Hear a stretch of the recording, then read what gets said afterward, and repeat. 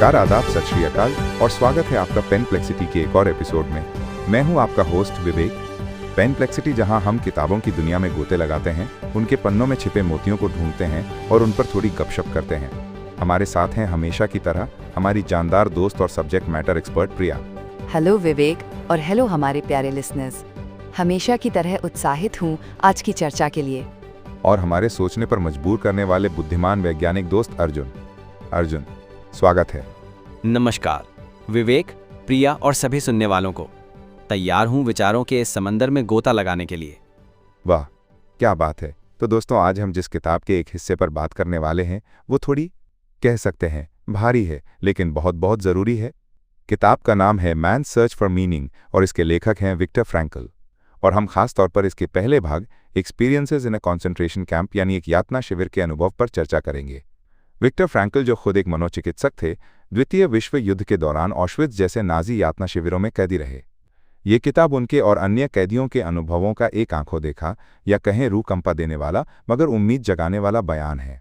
बिल्कुल विवेक, ये किताब सिर्फ भयानक घटनाओं का ब्यौरा नहीं है, बल्कि ये उन छोटी छोटी पीड़ाओं, रोज़मर्रा की जिंदगी और सबसे बढ़कर इंसान के मन पर उन हालातों के असर की कहानी है। फ्रैंकल ने ये किताब गुमनाम रूप से छापने का सोचा था, सिर्फ अपने कैदी नंबर के साथ। वो चाहते थे कि लोग जाने कि सबसे भयानक परिस्थितियों में भी जीवन का एक संभावित अर्थ हो सकता है। और मनोवैज्ञानिक दृष्टिकोण से ये बहुत महत्वपूर्ण है। एक असामान्य स्थिति के प्रति एक असामान्य प्रतिक्रिया ही सामान्य व्यवहार है। फ्रैंकल खुद कैदी होते हुए भी एक पर्यवेक्षक की भूमिका निभा रहे थे, जो उनकी बातों को और ज्यादा वजन देता है। हालांकि वो ये भी मानते हैं कि अंदर रहकर वस्तुनिष्ठता बनाए रखना मुश्किल है। सही कहा अर्जुन। प्रिया, फ्रैंकल ने कैदियों की मानसिक प्रतिक्रियाओं को 3 चरणों में बांटा है। पहला चरण क्या था? पहला चरण था शॉक यानी आघात। ये कैंप में औपचारिक प्रवेश से पहले ही शुरू हो सकता था। जैसे फ्रैंकल बताते हैं कि जब उनकी ट्रेन ऑश्विट्ज़ पहुंची, नाम सुनते ही सबके दिल बैठ गए। गैस चैम्बर, सामूहिक हत्याएं, ये सब दिमाग में घूमने लगा। फिर स्टेशन पर वो भयानक चीखते हुए आदेश, कैदियों की टुकड़ी का आना जो धारीदार यूनिफॉर्म पहने थे, सर मुंडे हुए पर थोड़े हट्टे कट्टे दिख रहे थे। फ्रैंकल ने उनमें एक उम्मीद की किरण देखी, ये लोग ठीक दिख रहे हैं, शायद मैं भी इनकी तरह रह पाऊं। इसे वो राहत का भ्रम, डिल्यूजन ऑफ रिप्रीव कहते हैं, जैसे फांसी से ठीक पहले कैदी को लगता है कि शायद आखिरी पल में माफी मिल जाए। ओह, ये तो मतलब उम्मीद भी कैसे अजीब चीज है ना। पर वो हट्टे कट्टे कौन थे? वो एक खास चुनी हुई एलिट टोली थी जो नए आने वाले कैदियों के स्वागत और उनका सामान, जिसमें कीमती जेवरात भी होते थे, संभालने का काम करती थी। फ्रैंकल बताते हैं कि कैसे उन्होंने प्लैटिनम और हीरे की टाइपिन का सौदा होते देखा, शराब के लिए। ये एक तरह का पदानुक्रम हायरार्की दिखाता है जो ऐसी चरम स्थितियों में भी बन जाता है। अस्तित्व की लड़ाई में नैतिकता पीछे छूट जाती है और कुछ लोग सिस्टम का हिस्सा बनकर अपने लिए बेहतर स्थिति बना लेते हैं। बिल्कुल। फिर हुआ पहला सिलेक्शन यानी चुनाव। एक ऐसे अफसर इशारे से लोगों को दाईं या बाईं तरफ भेज रहा था। दाईं ओर मतलब काम और बाईं ओर मतलब गैस चैम्बर। फ्रैंकल बताते हैं कि उनके ट्रांसपोर्ट के लगभग 90% लोग बाईं ओर भेजे गए और कुछ ही घंटों में मार दिए गए। सिर्फ एक उंगली का इशारा, जिंदगी और मौत का फैसला। रोंगटे खड़े हो गए मेरे तो। जब फ्रैंकल ने अपने दोस्त पी के बारे में पूछा, जिसे बाईं ओर भेजा गया था, तो किसी पुराने कैदी ने पास की चिमनी की तरफ इशारा करके कहा, तुम्हारा दोस्त वहीं है, स्वर्ग की ओर उड़ रहा है। तब उन्हें सच्चाई समझ आई। इसके बाद उन्हें नहाने के लिए ले जाया गया, जो एक असली स्नान था। यहाँ भी एक क्षणिक राहत मिली। एसएस गार्ड थोड़े नर्म थे क्योंकि वो कैदियों की घड़ियां लेना चाहते थे। फिर सारे कपड़े, सामान उतरवा लिए गए।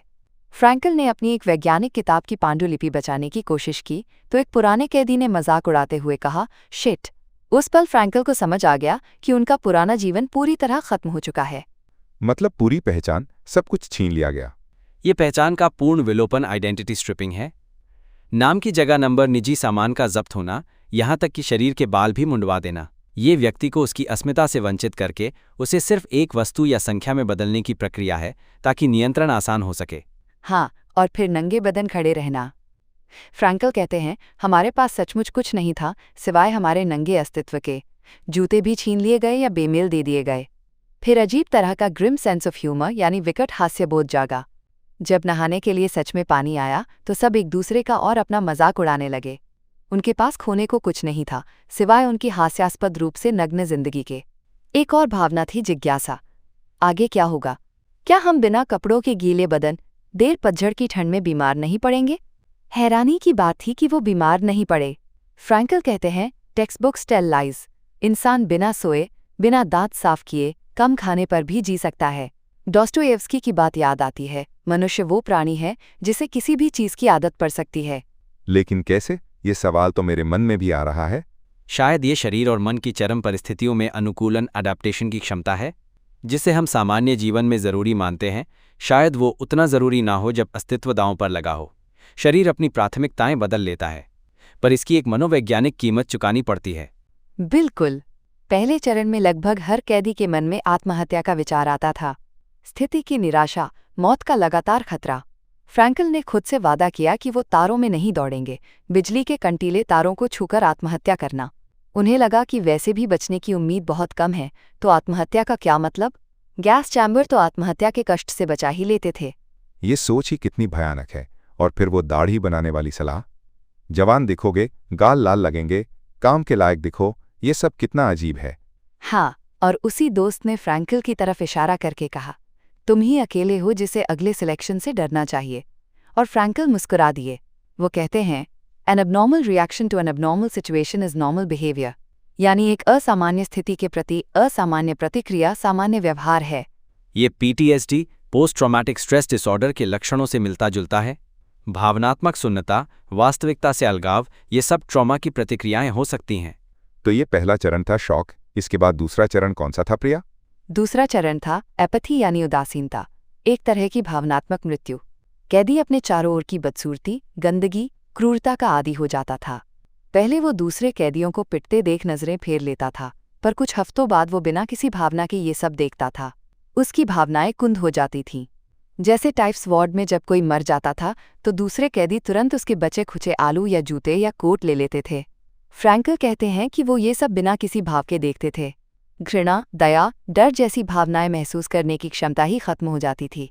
ये उदासीनता रोज की पिटाई और अपमान से बचने के लिए एक जरूरी प्रोटेक्टिव शेल यानी सुरक्षा कवच बन जाती थी। लेकिन क्या ये सच में सुरक्षा थी या खुद को खो देने जैसा था? ये एक जटिल मनोवैज्ञानिक बचाव तंत्र, डिफेंस मैकेनिज्म है। अल्पकालिक रूप से ये मानसिक यंत्रणा से बचाता है, लेकिन दीर्घकालिक रूप से ये व्यक्ति के नैतिक और भावनात्मक ताने बाने को नुकसान पहुंचा सकता है। ये डीह्यूमनाइजेशन यानी अमानवीकरण की प्रक्रिया का हिस्सा है, जहां व्यक्ति खुद को और दूसरों को इंसान समझना कम कर देता है। फ्रैंकल बताते हैं कि शारीरिक दर्द से ज्यादा अपमानजनक व्यवहार चुभता था, जैसे जब एक गार्ड ने उन्हें जानवर की तरह पत्थर मारकर बुलाया, या जब एक मोटे ताजे फोमैन ने उनके पिछले जीवन डॉक्टर का मजाक उड़ाया और उन्हें पीटा। वो कहते हैं कि उस फोमैन की शक्ल इतनी क्रूर थी कि उनके अस्पताल की नर्स उसे वेटिंग रूम में भी नहीं घुसने देती। हाँ, ये थोड़ा बचकाना संतोष जरूर था, पर यह दिखाता है कि कहीं न कहीं वो इंसानियत बची थी। हाँ, और कभी कभी छोटे एहसान भी जिंदगी बचा लेते थे। जैसे उनका एक कैपो दोस्त बन गया था, क्योंकि फ्रैंकल उसकी प्रेम कहानियां सुनते थे। बदले में वो उन्हें सुबह लाइन में आगे जगह देता था और दोपहर में सूप में नीचे से मटर निकाल कर देता था। वाह, मटर वाला सूप! ये छोटी छोटी चीजें ही शायद जीने की वजह बन जाती होंगी। उदासीनता के इस दौर में कैदी का सारा ध्यान सिर्फ जिंदा रहने पर होता था। Well, another day is over, ये कहना एक राहत की बात होती थी। मानसिक जीवन एकदम आदिम स्तर पर चला गया था। मनोविश्लेषक इसे रिग्रेशन कहते हैं, मानसिक जीवन के ज्यादा आदिम रूप में लौटना। हाँ, जैसे मैस्लो के आवश्यकता पदानुक्रम, मैस्लोज हायरार्की ऑफ नीड्स में जब शारीरिक ज़रूरतें, भूख, सुरक्षा पूरी नहीं होती, तो उच्च स्तरीय ज़रूरतें, प्रेम, सम्मान, आत्म साक्षात्कार पीछे छूट जाती हैं। कैदियों के सपने भी इसी का सबूत थे। वो सबसे ज्यादा रोटी, केक, सिगरेट और गर्म पानी से नहाने के सपने देखते थे। पर इन सपनों से जागना और कैंप की असलियत का सामना करना और भी भयानक होता था। एक रात फ्रैंकल ने एक साथी को बुरे सपने से जगाना चाहा, पर रुक गए, ये सोचकर कि कोई भी सपना कैंप की हकीकत से बुरा नहीं हो सकता।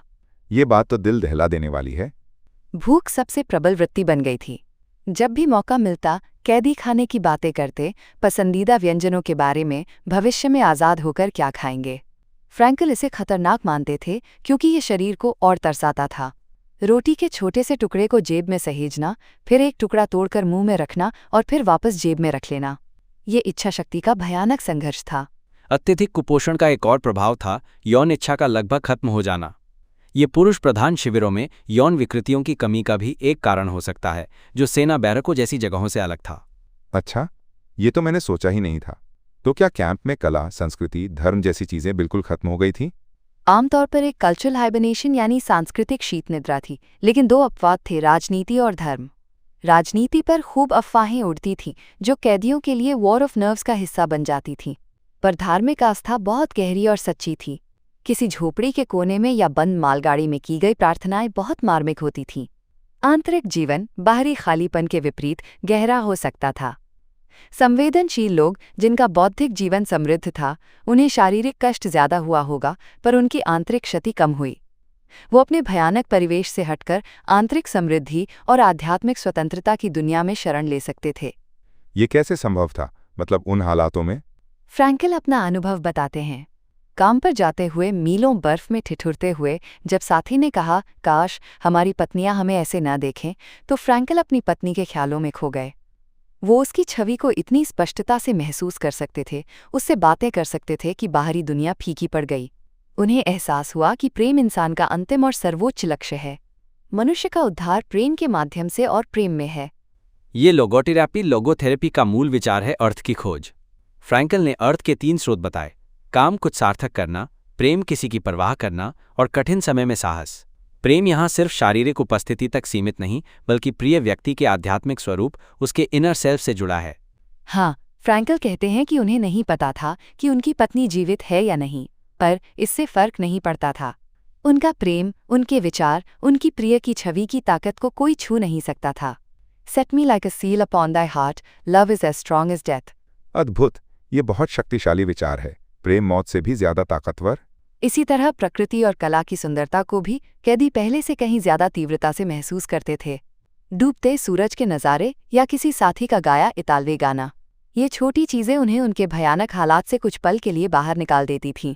एक शाम सूर्यास्त देखकर एक कैदी ने कहा था, दुनिया कितनी खूबसूरत हो सकती थी। हास्यबोध, ह्यूमर भी आत्मा का एक हथियार था।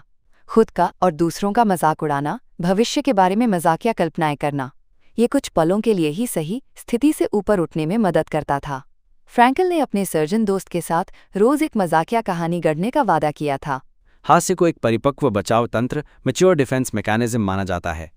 ये हमें स्थिति से भावनात्मक दूरी बनाने और परिप्रेक्ष्य हासिल करने में मदद करता है। और पीड़ा की सापेक्षता, रिलेटिविटी ऑफ सफरिंग का भी जिक्र है। कैसे कैदी दूसरे कैदियों से या बाहर के अपराधियों से भी ईर्ष्या करते थे, जिनके पास शायद नहाने का मौका या गद्दे होते थे। हाँ, या छोटी छोटी चीज़ों में खुशी ढूंढना, जिसे फ्रैंकल नेगेटिव हैप्पीनेस कहते हैं, पीड़ा से मुक्ति। जैसे जू मारने का समय मिलना या सूप बांटने वाले का सबके साथ बराबर व्यवहार करना। ये सब सुनकर लगता है कि इंसान का मन कितना जटिल और लचीला हो सकता है।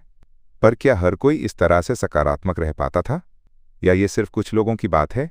फ्रैंकल मानते हैं कि ज्यादातर कैदी अपनी व्यक्तिगत पहचान खो देते थे, खुद को एक विशाल भीड़ का हिस्सा समझने लगते थे, भीड़ की तरह।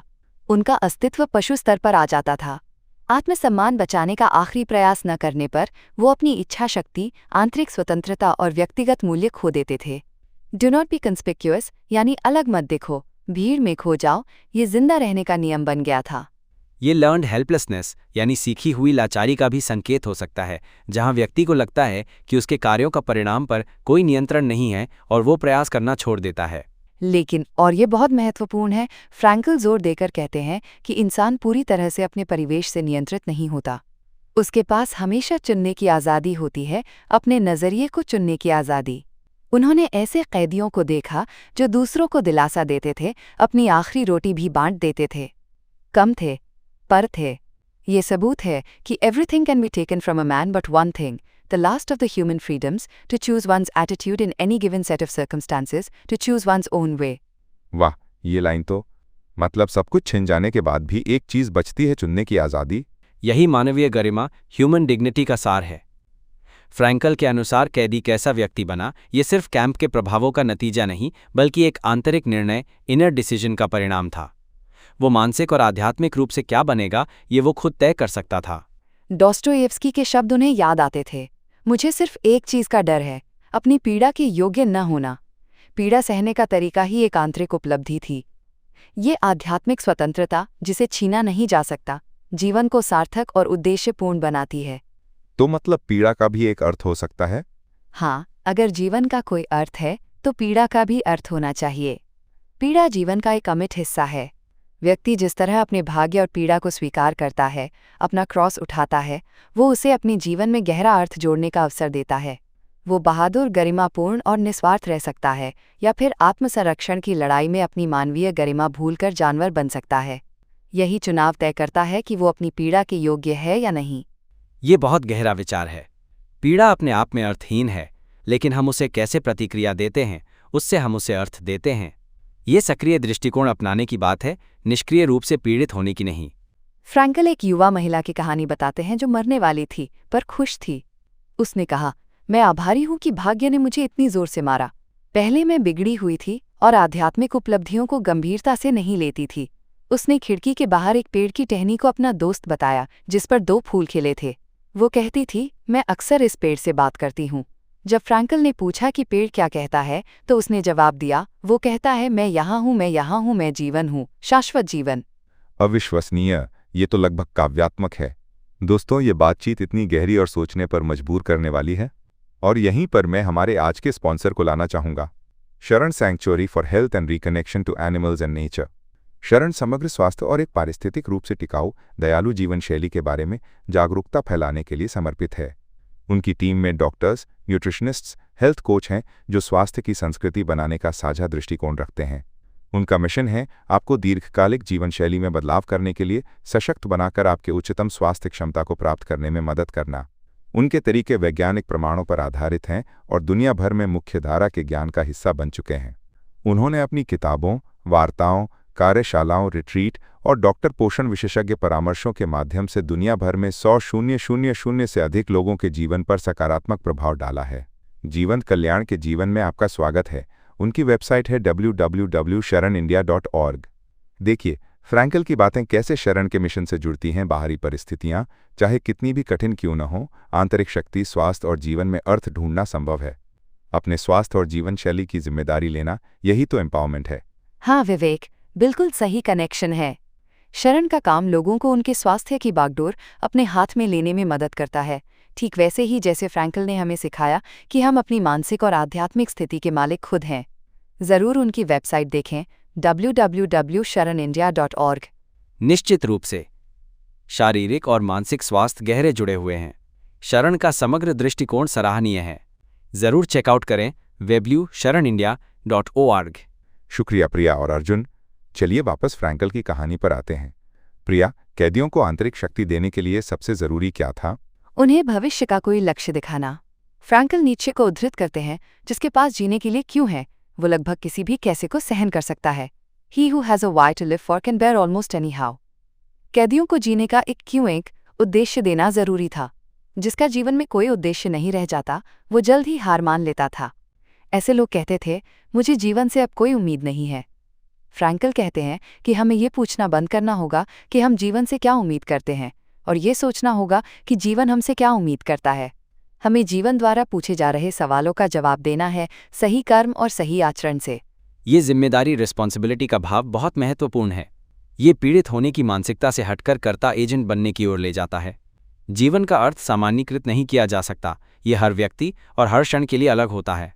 फ्रैंकल बताते हैं कि कैसे उन्होंने खुद को निराशा से बचाया। जब वो पैरों में दर्द के साथ मीलों चल रहे थे, तो उन्होंने कल्पना की कि वो एक लेक्चर हॉल में दर्शकों को यातना शिविर के मनोविज्ञान पर भाषण दे रहे हैं। इस तरह वो अपनी पीड़ा से ऊपर उठकर उसे एक वैज्ञानिक अध्ययन का विषय बना पाए। स्पिनोजा कहते हैं, भावना जो पीड़ा है, पीड़ा होना बंद कर देती है, जैसे ही हम उसका एक स्पष्ट और सटीक चित्र बनाते हैं। ये तो कमाल की मानसिक तकनीक है। भविष्य में विश्वास खो देना घातक था। फ्रैंकल ने अपने एक ब्लॉक वार्डन दोस्त एफ की कहानी सुनाई, जिसने सपना देखा था कि युद्ध 30 मार्च को उसके लिए खत्म हो जाएगा। जैसे जैसे तारीख पास आई और आज़ादी की कोई खबर नहीं मिली, वो निराश हो गया। 29 मार्च को वो बीमार पड़ा, 30 को बेहोश हुआ और 31 को मर गया टाइफस से। फ्रैंकल का मानना है कि निराशा ने उसकी शारीरिक प्रतिरोधक क्षमता को कम कर दिया था। ये मनोदैहिक साइकोसोमैटिक संबंध का एक शक्तिशाली उदाहरण है। मन की स्थिति, आशा या निराशा, शरीर की प्रतिरक्षा प्रणाली को सीधे प्रभावित कर सकती है। क्रिसमस 1944 और नए साल 1945 के बीच मृत्यु दर में वृद्धि का कारण भी यही था, घर लौटने की झूठी उम्मीद का टूटना। इसलिए किसी को आत्महत्या से बचाने के लिए भी उसे ये एहसास दिलाना ज़रूरी था कि जीवन अभी भी उससे कुछ उम्मीद कर रहा है, शायद विदेश में इंतज़ार करता उसका बच्चा या कोई अधूरा वैज्ञानिक काम जिसे सिर्फ वही पूरा कर सकता था। ये अद्वितीयता और जिम्मेदारी का एहसास ही व्यक्ति को जीवन से जोड़े रखता है। ये क्यों ढूंढना ही शायद सबसे बड़ी चुनौती थी। अच्छा, गार्ड्स के बारे में फ्रैंकल क्या कहते हैं? क्या वो सब राक्षस थे? नहीं, फ्रैंकल कहते हैं कि गार्ड्स में भी कुछ पक्के मनोरोगी सेडिस्ट्स थे जिन्हें खास क्रूर कामों के लिए चुना जाता था। ज्यादातर गार्ड्स सालों की क्रूरता देखकर भावनात्मक रूप से सुन्न हो गए थे। वो खुद तो हिस्सा नहीं लेते थे पर रोकते भी नहीं थे। लेकिन कुछ ऐसे भी थे जिनमें दया थी, जैसे एक कैंप कमांडर जिसने अपनी जेब से पैसे खर्च करके कैदियों के लिए दवाएं खरीदीं। इसके विपरीत कुछ कैदी जैसे सीनियर कैंप वार्डन गार्ड से भी ज्यादा क्रूर थे। फ्रैंकल कहते हैं कि दुनिया में सिर्फ 2 नस्लें हैं, सभ्य आदमी की नस्ल और असभ्य आदमी की नस्ल। ये दोनों हर समूह में पाए जाते हैं। किसी गार्ड की छोटी सी दया भी कैदियों को बहुत प्रभावित करती थी। ये स्टैनफोर्ड प्रिजन एक्सपेरिमेंट की याद दिलाता है। हालांकि उसकी नैतिकता पर सवाल हैं। परिस्थितियां व्यवहार को बहुत प्रभावित कर सकती हैं, लेकिन फ्रैंकल का जोर इस बात पर है कि अंतिम चुनाव व्यक्ति का अपना होता है। अच्छाई और बुराई की दरार हर इंसान के अंदर होती है, यहाँ तक कि यातना शिविर की गहराइयों में भी। ये जानना जरूरी है कि चीजें हमेशा ब्लैक एंड व्हाइट नहीं होती। अब आते हैं तीसरे और आखिरी चरण पर, आज़ादी के बाद कैदी का मनोविज्ञान। आज़ादी का अनुभव भी अजीब था। जब सफ़ेद झंडा लहराया, कैदी थके कदमों से गेट तक गए। बाहर निकले पर कोई खुशी का उन्माद नहीं था। सब कुछ अवास्तविक सपने जैसा लग रहा था। आज़ादी शब्द इतने सालों में अपना अर्थ खो चुका था। इसे डीपर्सनलाइजेशन कहा जा सकता है। शरीर ने पहले प्रतिक्रिया दी, बेतहाशा खाना शुरू कर दिया। मन का दबाव हटने पर जुबान खुली, लोग घंटों बोलते रहे। धीरे धीरे भावनाएं भी लौटीं। फ्रैंकल बताते हैं कि कैसे एक दिन वो मीलों चलकर खेतों से गुजरे, आसमान को देखा और घुटनों पर गिरकर बस एक वाक्य दोहराते रहे, मैंने अपनी संकरी जेल से प्रभु को पुकारा और उन्होंने मुझे खुले आकाश की स्वतंत्रता में उत्तर दिया। उस दिन उनका नया जीवन शुरू हुआ। आह, ये मुक्ति का क्षण कितना शक्तिशाली रहा होगा। पर क्या सब कुछ ठीक हो गया? नहीं, अचानक मानसिक दबाव हटने के भी अपने खतरे थे। कुछ कैदी जो क्रूरता के आदी हो गए थे अब खुद अत्याचारी बन गए। वो अपनी आज़ादी का दुरुपयोग करने लगे। उन्हें धीरे धीरे वापस सामान्य सच्चाई की ओर लाना पड़ा कि किसी को भी गलत करने का अधिकार नहीं है, भले ही उनके साथ गलत हुआ हो। ये नैतिक क्षति, मॉरल इंजरी का संकेत हो सकता है। चरम स्थितियों में नैतिक सीमाएं धुंधली हो सकती हैं और सामान्य जीवन में लौटने पर उन्हें फिर से स्थापित करना चुनौतीपूर्ण होता है। इसके अलावा 2 और अनुभव थे जो चरित्र को नुकसान पहुंचा सकते थे, कड़वाहट, बिटरनेस और मोहभंग, डिसल्यूजनमेंट। कड़वाहट तब आती थी जब घर लौटने पर लोग कहते थे, हमें तो पता ही नहीं था या हमने भी बहुत सहा है। ये सतीपन बहुत दुख देता था। और मोहभंग तब होता था जब पता चलता था कि जिस व्यक्ति की याद के सहारे वो इतने साल जिए वो अब इस दुनिया में नहीं है, या जब लगता था कि पीड़ा की हद पार कर ली पर पता चलता था कि पीड़ा की कोई सीमा नहीं होती। ये अनुभव बहुत कठिन थे। ओह, ये तो कल्पना करना भी मुश्किल है। लेकिन फ्रैंकल कहते हैं कि हर आज़ाद हुए कैदी के जीवन में एक दिन आता है जब वो पीछे मुड़कर देखता है और समझ नहीं पाता कि उसने ये सब कैसे सहा। जैसे आज़ादी एक खूबसूरत सपने जैसी लगी थी, वैसे ही कैंप के अनुभव एक बुरे सपने जैसे लगने लगते हैं। और सबसे बड़ी अनुभूति होती है कि इतने कष्ट सहने के बाद अब दुनिया में डरने के लिए कुछ नहीं बचा है सिवाय अपने ईश्वर के। क्या बात है। The crowning experience of all, there is nothing he need fear anymore except his God. बहुत खूब। प्रिया, अर्जुन, ये चर्चा विश्वसनीय रूप से ज्ञानवर्धक और मार्मिक रही है। चलिए अब हमारे श्रोताओं के कुछ सवाल लेते हैं। पहला सवाल है, फ्रैंकल ने सार्थक पीड़ा और सिर्फ व्यर्थ दर्द के बीच अंतर कैसे किया? प्रिया या अर्जुन? मेरे विचार से फ्रैंकल के लिए पीड़ा का अर्थ उसके प्रति हमारे नजरिए और प्रतिक्रिया से आता था। अगर पीड़ा हमें आध्यात्मिक रूप से बढ़ने, साहस दिखाने या प्रेम या किसी बड़े उद्देश्य के लिए बलिदान करने का अवसर देती है तो वो सार्थक हो सकती है। अगर हम उसे सिर्फ निष्क्रिय रूप से झेलते हैं और टूट जाते हैं तो वो व्यर्थ दर्द रह जाती है। कुंजी है चुनाव, हम उस पीड़ा को कैसे लेते हैं। बहुत बढ़िया समझाया अर्जुन। दूसरा सवाल, आज हम फ्रैंकल की सीखों से कौन सा व्यावहारिक सबक ले सकते हैं? सबसे बड़ा सबक तो यही है कि चाहे परिस्थितियां कितनी भी मुश्किल क्यों न हो, हमारे पास हमेशा अपनी प्रतिक्रिया चुनने की आज़ादी होती है। हम अपनी आंतरिक स्वतंत्रता बनाए रख सकते हैं। दूसरा, जीवन में एक उद्देश्य या क्यों होना बहुत ज़रूरी है। ये हमें मुश्किल समय में टिके रहने की ताकत देता है। और तीसरा, पीड़ा से भागने की बजाय उसमें भी अर्थ खोजने की कोशिश करना।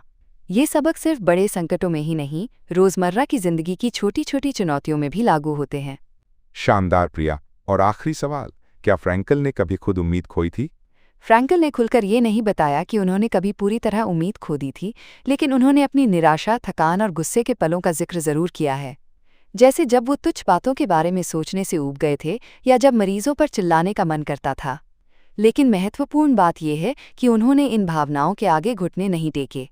उन्होंने सचेत रूप से अपने विचारों को मोड़ा, अर्थ खोजने की कोशिश की और अपनी आंतरिक स्वतंत्रता का प्रयोग किया। उनका खुद का जीवन ही उनकी थ्योरी का सबसे बड़ा प्रमाण है। बहुत सही। शुक्रिया इन सवालों के जवाब देने के लिए।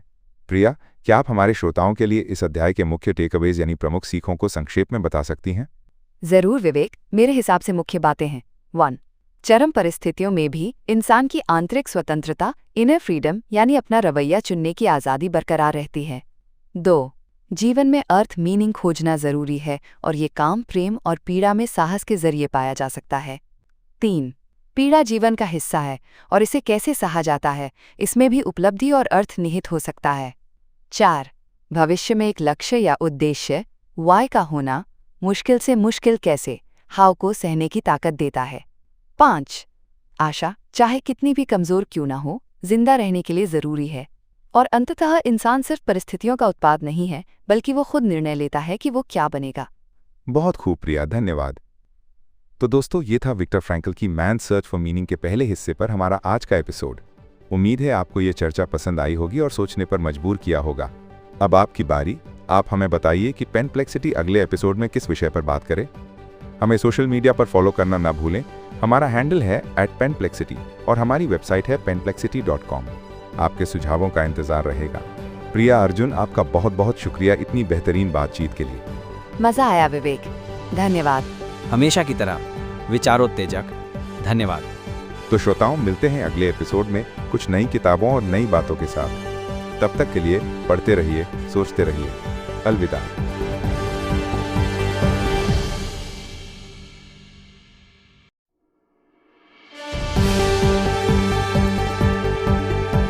नमस्कार, आदाब, सत श्री अकाल और स्वागत है आपका पेनप्लेक्सिटी के एक और एपिसोड में। मैं हूं आपका होस्ट विवेक और मेरे साथ हैं हमेशा की तरह हमारी जानदार दोस्त और एक्सपर्ट प्रिया। हेलो विवेक, और हमारे सभी सुनने वालों को मेरा प्यार भरा नमस्कार। और हमारे अपने बुद्धिमान वैज्ञानिक जो बातों को चीर फाड़ के देखते हैं, अर्जुन। नमस्कार विवेक, प्रिया, सभी श्रोताओं को मेरा भी नमस्कार। तो दोस्तों, आज हम एक बहुत ही दिलचस्प और शायद थोड़ी गहरी किताब के दूसरे हिस्से पर बात करने वाले हैं, विक्टर फ्रैंकल की मैन सर्च फॉर मीनिंग। पिछली बार हमने उनके कॉन्सेंट्रेशन कैंप के अनुभवों की बात की थी। आज हम बात करेंगे उनकी थ्योरी की, लोगोथेरेपी की। नाम थोड़ा भारी है, पर वादा है बातचीत हल्की फुल्की रहेगी। बिल्कुल विवेक, लोगोथेरेपी सुनने में भले ही टेक्निकल लगे, पर इसका सार बहुत मानवीय है। लोगोस एक ग्रीक शब्द है जिसका मतलब है अर्थ या मीनिंग। तो लोगोथेरेपी का सीधा सा मतलब है अर्थ केंद्रित मनोचिकित्सा। अर्थ केंद्रित मतलब ये बाकी साइकोथेरेपी से अलग कैसे है? फ्राइड वगैरह से? हाँ, काफी अलग है। देखो, फ्रैंकल कहते हैं कि इंसान की सबसे बड़ी प्रेरणा, उसकी सबसे गहरी चाहत अपने जीवन में एक अर्थ खोजना है। इसे वो अर्थ की इच्छा या विल टू मीनिंग कहते हैं। ये फ्राइड की सुख की इच्छा, विल टू प्लेजर, और एडलर की शक्ति की इच्छा, विल टू पावर से एकदम अलग है। ये दिलचस्प है। जहां पारंपरिक साइको एनालिसिस अतीत में दबी इच्छाओं या संघर्षों पर ध्यान केंद्रित करता है, लोगोथेरेपी भविष्य पर केंद्रित है। ये पूछती है, आप भविष्य में क्या अर्थ पूरा करना चाहते हैं? ये कम आत्मनिरीक्षण, इंट्रोस्पेक्टिव, और कम पीछे देखने वाली रेट्रोस्पेक्टिव है। एकदम सही अर्जुन। फ्रैंकल मजाक में कहते भी हैं कि साइको एनालिसिस में मरीज लेटकर वो बातें बताता है जो बताना मुश्किल है, और लोगोथेरेपी में मरीज सीधा बैठकर वो बातें सुनता है जो सुनना मुश्किल हो सकता है। हाँ, सुनना मुश्किल क्यों? सच कड़वा होता है टाइप? हाँ, कुछ वैसा ही। क्योंकि लोगोथेरेपी आपको आपके जीवन के अर्थ की जिम्मेदारी लेने को कहती है। यह आपको बताती है कि परिस्थितियों के बावजूद आपके पास हमेशा एक रवैया चुनने की आज़ादी है, एक अर्थ खोजने की संभावना है। ये मानना कई बार मुश्किल हो सकता है। लेकिन क्या ये अर्थ की इच्छा सच में हमारी मुख्य प्रेरणा है? बहुत लोग तो कहते हैं कि पैसा कमाना, सफल होना, ये सब ज्यादा जरूरी है। फ्रैंकल इसके लिए आंकड़े भी देते हैं। फ्रांस में एक सर्वे हुआ जिसमें 89% लोगों ने माना कि जीने के लिए इंसान को कुछ चाहिए। 61% ने तो ये भी माना कि उनके जीवन में कुछ ऐसा है जिसके लिए वो मरने को भी तैयार हैं। यही सर्वे उन्होंने वियना में अपने मरीजों और स्टाफ पर किया। नतीजे लगभग वही थे।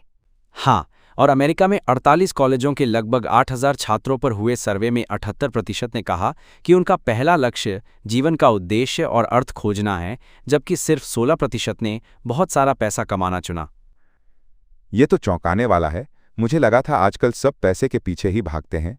नहीं विवेक, फ्रैंकल कहते हैं कि अर्थ और मूल्य सिर्फ रक्षा तंत्र, डिफेंस मैकेनिज्म्स या दबी हुई इच्छाओं का रूप नहीं है। इंसान अपने मूल्यों और आदर्शों के लिए जी सकता है, मर भी सकता है। हालांकि फ्रैंकल ये भी मानते हैं कि कुछ मामलों में मूल्यों की चिंता छिपे हुए संघर्षों का मुखौटा हो सकती है, लेकिन ये अपवाद है, नियम नहीं। हमें प्रामाणिक इच्छा और दिखावे के बीच फर्क करना सीखना होगा। तो अगर ये अर्थ की इच्छा इतनी ज़रूरी है तो क्या होता है जब ये पूरी नहीं होती? मतलब जब किसी को अपनी लाइफ मीनिंगलेस लगे? उसे फ्रैंकल अस्तित्वगत हताशा, एग्जिस्टेंशियल फ्रस्ट्रेशन कहते हैं। और यह हताशा कई बार न्यूरोसिस को जन्म दे सकती है, जिसे वो न्यूजेनिक न्यूरोसिस कहते हैं। यानी ऐसी मानसिक समस्याएं जो मन की गहराइयों से नहीं, बल्कि जीवन के अर्थ से जुड़े सवालों से पैदा होती हैं। ये पारंपरिक साइकोजेनिक न्यूरोसिस से अलग है, जो मानसिक संघर्षों से उपजती हैं। न्यूजेनिक न्यूरोसिस का इलाज सिर्फ साइकोथेरेपी से नहीं, बल्कि लोगोथेरेपी से ही संभव है, जो इंसान के आध्यात्मिक या कहें कि अर्थ वाले आयाम, न्यूरोलॉजिकल डायमेंशन को संबोधित करती है। फ्रैंकल एक उदाहरण देते हैं, एक अमेरिकी डिप्लोमैट का जो सालों से साइको एनालिसिस करवा रहा था क्योंकि वो अपने काम से नाखुश था। एनालिस्ट उसे बार बार कहता रहा कि ये उसके पिता के प्रति दबी नफरत का नतीजा है। लेकिन फ्रैंकल ने पाया कि असल में उसकी अर्थ की इच्छा उसके काम में पूरी नहीं हो रही थी। उसने नौकरी बदली और खुश रहा। मतलब हर समस्या न्यूरोसिस नहीं होती, कभी कभी इंसान सच में गलत जगह फंसा होता है। बिल्कुल, हर संघर्ष या दुख जरूरी नहीं कि बीमारी हो। फ्रैंकल कहते हैं कि जीवन का अर्थ खोजना या उस पर संदेह करना भी हमेशा बीमारी नहीं है। ये अस्तित्वगत संकट, एग्जिस्टेंशियल डिस्ट्रेस हो सकता है, और डॉक्टर का काम ट्रैंक्विलाइजर देना नहीं, बल्कि व्यक्ति को इस संकट से गुजरने में मदद करना है। यहाँ एक और महत्वपूर्ण बात है, न्यू डायनामिक्स। फ्रैंकल मानते हैं कि मानसिक स्वास्थ्य के लिए तनाव रहित अवस्था, होम्योस्टेसिस नहीं, बल्कि एक तरह का रचनात्मक तनाव जरूरी है। ये तनाव होता है उसके बीच जो हम हैं और जो हमें बनना चाहिए, जो हमने पा लिया है और जो हमें पाना है। तनाव जरूरी है, ये तो उल्टी बात लग रही है। सब तो कहते हैं टेंशन कम करो। हाँ, लेकिन ये वो रोजमर्रा वाला बेकार का तनाव नहीं है। ये एक उद्देश्यपूर्ण लक्ष्य के लिए संघर्ष करने का तनाव है। नीचे ने कहा था, जिसके पास जीने के लिए क्यों है, वो लगभग हर कैसे को सह सकता है। फ्रैंकल ने कैंप में देखा कि जिनके पास जीने का कोई मकसद था, कोई काम जो उन्हें पूरा करना था, उनके बचने की संभावना ज्यादा थी। उन्होंने अपना उदाहरण भी दिया है। जब ऑशविट्स में उनकी पहली किताब की पांडुलिपि छीन ली गई, तो उसे दोबारा लिखने की गहरी इच्छा ने उन्हें कैंप की मुश्किलों को सहने में मदद की। बीमारी में भी वो कागज के टुकड़ों पर नोट्स बनाते रहे। गज़बो, ये तो सच में दिखाता है कि मकसद होना कितना जरूरी है। लेकिन आजकल बहुत लोग हैं जो कहते हैं लाइफ में खालीपन है, बोरियत है। उसे फ्रैंकल अस्तित्वगत शून्य, एग्जिस्टेंशियल वैक्यूम कहते हैं। ये 20वीं सदी की एक आम समस्या है। ऐसा क्यों है? शायद इसलिए कि इंसान ने अपनी सहज पार्श्विक प्रवृत्तियां खो दी, जो जानवरों को सुरक्षा देती हैं, और साथ ही वो परंपराएं भी तेजी से खत्म हो रही हैं जो बताती थीं कि क्या करना चाहिए। तो जब कोई सहज प्रवृत्ति नहीं बताती कि क्या करना है और कोई परंपरा नहीं बताती कि क्या करना चाहिए, तो इंसान या तो वो करता है जो दूसरे कर रहे हैं, कॉन्फॉर्मिज्म, या वो करता है जो दूसरे उससे करवाना चाहते हैं, टोटलिटेरियनिज्म। नतीजा बोरियत और खालीपन। फ्रैंकल बताते हैं कि उनके यूरोपीय छात्रों में 25% और अमेरिकी छात्रों में 60% में ये अस्तित्वगत शून्य पाया गया। ये बोरियत संडे न्यूरोसिस जैसी चीज़ों में दिखती है, जब हफ्ते भर की भागदौड़ खत्म होती है और इंसान को अपने अंदर का खालीपन महसूस होता है। हाँ, ये संडे वाली फीलिंग तो जानी पहचानी है। लगता है अब क्या करें? ये खालीपन डिप्रेशन, आक्रामकता, नशे की लत जैसी चीज़ों का आधार बन सकता है। कभी कभी इसकी भरपाई सत्ता की इच्छा, विल टू पावर, या पैसे की इच्छा से होती है, या फिर सुख की इच्छा, विल टू प्लेजर से, खासकर यौन सुख से। और न्यूरोटिक मामलों में भी ये लक्षण अक्सर एक अस्तित्वगत शून्य में ही पनपते हैं। इसलिए ऐसी स्थितियों में सिर्फ साइकोथेरेपी काफ़ी नहीं, लोगोथेरेपी से उस शून्य को भरना भी ज़रूरी है, ताकि समस्या दोबारा न लौटे। ठीक है, तो ये सब सुनने के बाद बड़ा सवाल, आखिर जीवन का अर्थ है क्या और इसे ढूंढे कैसे? फ्रैंकल कहते हैं कि इसका कोई एक सामान्य जवाब नहीं है। जीवन का अर्थ हर इंसान के लिए, हर दिन, हर पल अलग होता है। सवाल ये नहीं है कि जीवन का सामान्य अर्थ क्या है, बल्कि ये है कि किसी खास पल में आपके जीवन का विशिष्ट अर्थ क्या है। इसे ऐसे समझें जैसे किसी शतरंज के चैंपियन से पूछना, दुनिया की सबसे अच्छी चाल कौन सी है। कोई ऐसी चाल नहीं होती। चाल खेल की स्थिति और विरोधी के व्यक्तित्व पर निर्भर करती है, वैसे ही जीवन का अर्थ भी है। तो सवाल को उल्टा देना चाहिए। ये मत पूछो कि जीवन का अर्थ क्या है, बल्कि ये समझो कि जीवन तुमसे सवाल पूछ रहा है और तुम जवाब दे सकते हो अपनी जिम्मेदारी निभाकर। जिम्मेदारी, रिस्पॉन्सिबलनेस ही मानव अस्तित्व का सार है। जिम्मेदारी भारी शब्द है। हाँ, इसीलिए लोगोथेरेपी का एक सूत्र है, ऐसे जियो जैसे कि तुम दूसरी बार जी रहे हो और पहली बार तुमने वैसी ही गलती की थी जैसी तुम अब करने वाले हो। ये हमें जीवन की सीमितता और हमारे कर्मों की अंतिमता का एहसास कराता है। और लोगोथेरेपिस्ट कोई जज नहीं है, वो मरीज पर अपने मूल्य नहीं थोपता। ये मरीज को तय करना है कि वो किसके प्रति जिम्मेदार महसूस करता है, समाज, अपनी अंतरात्मा या किसी उच्च शक्ति के प्रति। तो लोगोथेरेपिस्ट करता क्या है? उपदेश देता है? नहीं, उपदेश नहीं। फ्रैंकल कहते हैं, लोगोथेरेपिस्ट एक पेंटर की तरह नहीं है जो दुनिया की अपनी तस्वीर दिखाता है, बल्कि एक आंख के डॉक्टर की तरह है जो हमें दुनिया को वैसा देखने में मदद करता है जैसी वो वास्तव में है।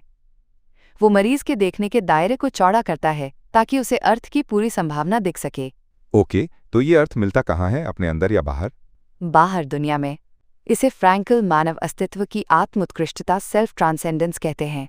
इंसान होने का मतलब ही है किसी चीज या किसी व्यक्ति की ओर उन्मुख होना, चाहे वो पूरा करने लायक कोई अर्थ हो या प्यार करने लायक कोई इंसान। जितना हम खुद को भूलकर किसी मकसद या किसी इंसान के लिए जीते हैं, उतने ही ज्यादा हम इंसान बनते हैं और खुद को पाते हैं। जिसे आत्म साक्षात्कार, सेल्फ एक्चुअलाइजेशन कहते हैं, वो सीधे हासिल करने का लक्ष्य नहीं है। वो तो आत्मोत्कृष्टता का एक साइड इफेक्ट है। जितना उसके पीछे भागोगे उतना ही दूर पाओगे। तो ये अर्थ खोजने के तरीके क्या हैं? फ्रैंकल 3 मुख्य तरीके बताते हैं। 1. कोई काम करके या कुछ रचकर। 2. कुछ अनुभव करके, जैसे अच्छाई, सच्चाई, सुंदरता, प्रकृति, संस्कृति या किसी व्यक्ति से विशिष्ट रूप से मिलकर, यानी प्रेम करके। और 3. अपरिहार्य दुख के प्रति अपना दृष्टिकोण बदलकर। पहला तो समझ आता है, काम करना, कुछ बनाना। दूसरा, अनुभव और प्रेम। इसके बारे में थोड़ा और बताओ। प्रेम किसी दूसरे इंसान को उसके अंतरतम में समझने का एकमात्र तरीका है। जब आप किसी से प्यार करते हैं तो आप न केवल उसके आवश्यक गुण देखते हैं, बल्कि उसकी संभावनाओं को भी देखते हैं, वो बन सकता है जो उसे बनना चाहिए, और आपका प्यार उसे उन संभावनाओं को सच करने में मदद करता है। लोगोथेरेपी में प्रेम सिर्फ यौन इच्छाओं का परिणाम, एपिफेनोमेनन या उदात्तीकरण, सब्लिमेशन नहीं है। प्रेम उतना ही प्राथमिक है जितना सेक्स। बल्कि सेक्स प्रेम की अभिव्यक्ति का एक तरीका है, और ये तभी उचित है जब ये प्रेम का वाहन हो। और तीसरा तरीका, दुख। दुख में अर्थ कैसे मिल सकता है? जब हम ऐसी स्थिति में हों जिसे बदल नहीं सकते, जैसे कोई लाइलाज बीमारी, तब भी जीवन में अर्थ मिल सकता है। तब चुनौती खुद को बदलने की होती है। ये अपनी व्यक्तिगत त्रासदी को एक जीत में बदलने, अपनी मुश्किल को एक मानवीय उपलब्धि में बदलने का मौका है। कोई उदाहरण है इसका? हाँ, फ्रैंकल एक बूढ़े डॉक्टर का किस्सा बताते हैं जो अपनी पत्नी की मृत्यु के बाद गहरे अवसाद में थे। फ्रैंकल ने उनसे पूछा, डॉक्टर, अगर आप पहले मर जाते और आपकी पत्नी को आपके बिना जीना पड़ता तो क्या होता? डॉक्टर ने कहा, ओह, उसके लिए ये भयानक होता, वो कितना दुख पाती। तब फ्रैंकल ने कहा, देखिए डॉक्टर, वो दुख उन्हें नहीं झेलना पड़ा और आपने उन्हें इस दुख से बचाया है। हाँ, इस कीमत पर कि अब आपको जीना है और शोक मनाना है। डॉक्टर बिना कुछ कहे शांति से चले गए। दुख उस क्षण दुख नहीं रहता जब उसे कोई अर्थ मिल जाता है, जैसे कि त्याग का अर्थ। यहाँ फ्रैंकल ने डॉक्टर का भाग्य नहीं बदला, पर उसके प्रति उनका नजरिया बदल दिया। लेकिन इसका मतलब ये नहीं कि अर्थ खोजने के लिए दुख जरूरी है। बिल्कुल नहीं। अर्थ दुख के बावजूद संभव है, बशर्ते दुख अपरिहार्य हो। अगर दुख टाला जा सकता है तो सार्थक काम उसे हटाना ही है। अनावश्यक रूप से कष्ट सहना वीरता नहीं, मसोकिज्म मैसोकिज्म है। ये बहुत जरूरी बात है। कई बार लोग सोचते हैं कि महान बनने के लिए दुख झेलना ही पड़ेगा। नहीं। एडिथ विस्कॉफ जोएल्सन ने लिखा है कि हमारी संस्कृति में ये सोच है कि लोगों को खुश होना चाहिए और दुख एक तरह की गड़बड़ी है। इससे अपरिहार्य दुख का बोझ और बढ़ जाता है, क्योंकि लोग दुखी होने पर दुखी होते हैं, शर्मिंदा होते हैं। जबकि होना ये चाहिए कि व्यक्ति अपने दुख को गर्व से सह सके, उसे अपमानजनक ना मानकर उदात्त बनाने वाला समझे, अगर वो सच में टाला नहीं जा सकता। फ्रैंकल को कैंप में सबसे गहरा अनुभव तब हुआ जब लगा कि वो बचेंगे नहीं। उनकी किताब भी खो गई, न कोई शारीरिक संतान बचेगी न मानसिक। उन्होंने खुद से पूछा, क्या जीवन व्यर्थ है? तभी उन्हें कपड़ों के बदले एक कैदी के चिथड़े मिले जिसकी जेब में हिब्रू प्रार्थना शेमा यिस्रेल का फटा हुआ पन्ना था। उन्हें लगा ये एक चुनौती है, अपने विचारों को सिर्फ कागज पर मत उतारो, उन्हें जियो। वाह, क्या संयोग था। बाद में जब लगा कि मौत करीब है तो उनका सवाल ये नहीं था कि क्या हम बचेंगे, बल्कि ये था कि क्या इस सब दुख, इस मरने का कोई अर्थ है? क्योंकि अगर नहीं तो बचने का भी कोई अर्थ नहीं। ये तो दिमाग घुमा देने वाली बात है। क्या हर दुख का कोई परम अर्थ होता है जिसे हम समझ नहीं पाते? हाँ, फ्रैंकल इसे सुपर मीनिंग कहते हैं। ये परम अर्थ इंसान की सीमित बुद्धि से परे है।